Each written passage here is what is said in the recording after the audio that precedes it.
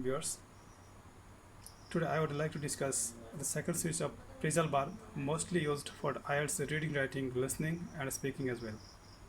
However, whatever I will discuss in today's lecture will be very effective for students of all classes and professional bodies, especially for IELTS candidates.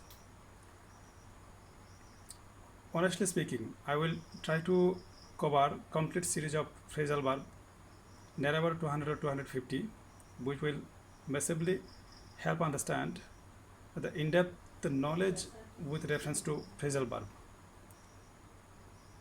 Okay, let's have a start. Let's get started. এখন আর কথা না বাড়িয়ে শুরু করা যাক।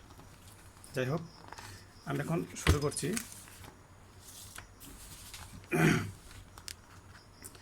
এই যে phrasal verb series 2, প্রথমটা হলো অ্যাবাইড বাই, মেনে চলা।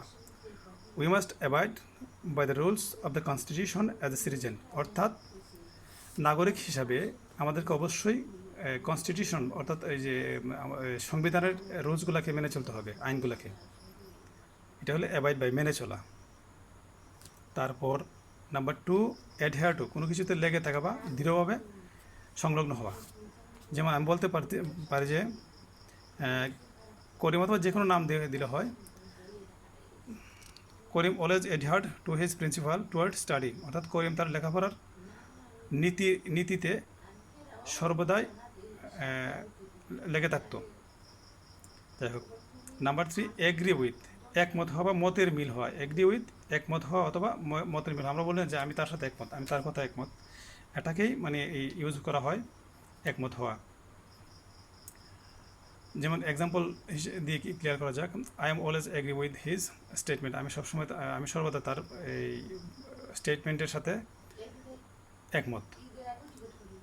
এইম এট, অর্থাৎ কোনো কিছুর দিকে তাক করা বা নির্দিষ্ট করা, অর্থাৎ কোনো কিছুকে যেমন আমরা পাখি মারার ক্ষেত্রে দেখা যায় যে একটা এই যে সিট দিয়ে অথবা এই যে বন্দুক দিয়ে আমরা পাখিটাকে এইম করি, এটাকেই বলা হয় তাক করা বা এইম করা।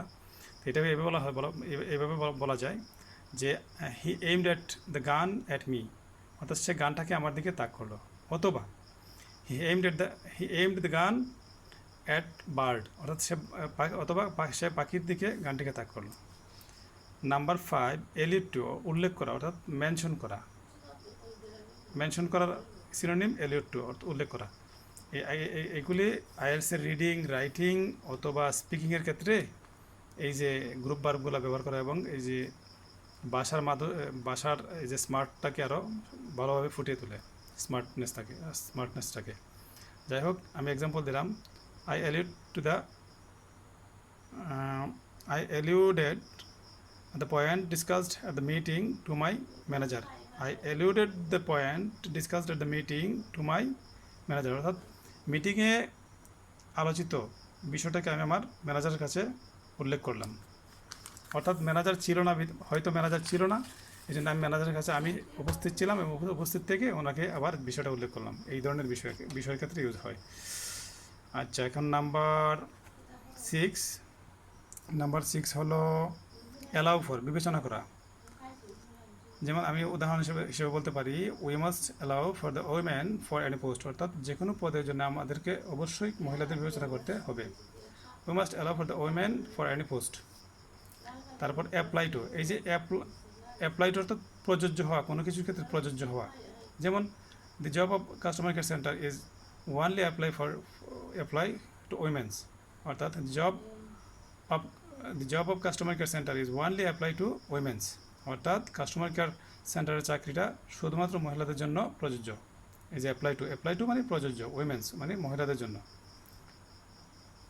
তারপর সে কোনো কিছুর এই যে অ্যাপ্লাইয়ের সাথে যখন পর হবে ফর, তখন কিন্তু অর্থটা চেঞ্জ হয়ে যায়। এই যে অ্যাপ্লাই টু যেমন প্রযোজ্য হওয়া, এখন ফর যখন অ্যাড হইলো, এই অ্যাপ্লাইয়ের সাথে যোগ হলো, সেক্ষেত্রে অর্থটা চেঞ্জ হয়ে গেল। যেমন কোনো কিছুর জন্য আবেদন করা, যেমন আমরা চাকরির জন্য আবেদন করি। এখানে আমি একটা প্রশ্ন দিয়ে শুরু করি, did you apply for the post of bank executive officer? আপনি কি ব্যাংক এক্সিকিউটিভ অফিসার পদের পোস্টের জন্য আবেদন করেছিলেন? তখন আমি যদি উত্তর দিই yes I applied for the post, হ্যাঁ আমি পত্রের জন্য আবেদন করেছিলাম। Number 9, last but not least, arrive at মানে পৌঁছানো ওই সেম কথা রিচ দিয়ে বলা যায়, রিচ মানে পৌঁছানো, কিন্তু এই আইএলসে এমনভাবে তারা যাচাই করে, এই জন্যে সব সব সেকশন থেকে, মানে গ্রামারের যে প্রত্যেকটা অঙ্গ প্রত্যঙ্গ আছে সব জায়গার থেকেই তারা গ্রামারগুলো ইউজ করে বিভিন্ন জায়গায়, রাইটিং, রিডিং, লিসনিংয়ের ক্ষেত্রে। মানে এটা মেরিটটাকে যাচাই করার জন্য। অ্যারাইভেট মানে রিচ, পৌঁছানো।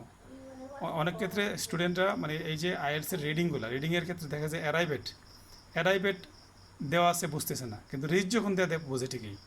এই ধরনের বিষয়গুলো এই জন্যই জটিল করে দেয় তারা। আচ্ছা, অ্যারাইভেট রিচ, পৌঁছানো।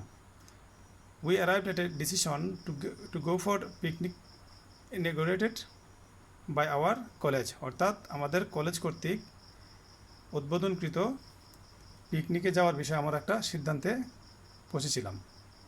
We arrived at a decision, আমরা একটা সিদ্ধান্তে পৌঁছেছিলাম to go for picnic inaugurated by our college, আমাদের কলেজ কর্তৃক উদ্বোধনকৃত এই যে একটা পিকনিক, এই পিকনিকে যাওয়ার জন্য আমরা সিদ্ধান্তে পৌঁছেছিলাম, অ্যারাইভড পৌঁছেছিলাম।